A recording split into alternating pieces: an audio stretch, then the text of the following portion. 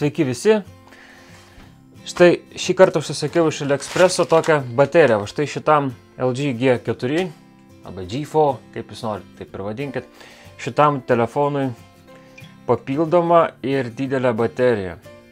Kainavo 12,79 €.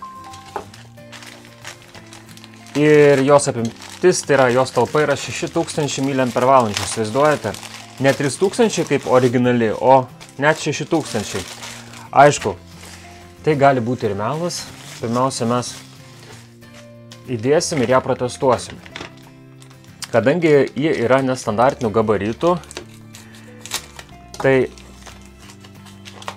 pridėta prie to pačio ir nestandartinė tokia telefono nugarėlė. Vat matot, standartinė yra tai štai tokia, o vat būtent pritaikyta prie šitos baterijos yra štai tokia su, matot, tokiu iškilimu. Nes kitaip neužsidarytų telefonas. Bet kas man nepatinka, kad jinai yra labai lengva. Taip, to mes čia atidarysim. Iš tikrųjų,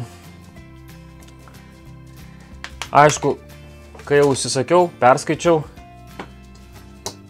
tik jau po to perskaičiau blogų atsiliepimų, kad atseit lygiai tokia pati kaip ir šita, kad laiko lygiai taip pat kaip ir 1000 mAh, bet mes tiesiog pamėginsim, aš video, padarysiu pratesimą ir pažiūrėsiu, kiek laikys. Taip, dabar, tarkim, su šita 3000 mAh baterija, telefonas veikia neypatingai daug naudo, neypatingai sunkiai, tai nuo ryto iki vakaro, 8 ryto, maždaug iki kokios 9 vakaro, 8 vakaro, 10 vakaro, bet vis tiek tenka vakarais krauti. Tai dabar žiūrėk, čia 3000, o čia turėtų būti 6500 net, realiai gal 6000, nežinau kiek čia yra, tai protestuosim, pasižiūrėsim ir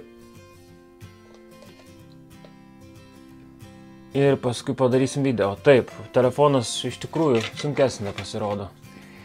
Įdėsim, įjungsim ir pažiūrėsim, kas iš to gero gausis. Taip, čia viskas, matote, tinka, bet viskas, kažin kaip iškylę, gal ir veiks, svarbiausia, kad veiktų. Taip, jungiu, viskas veikia, iki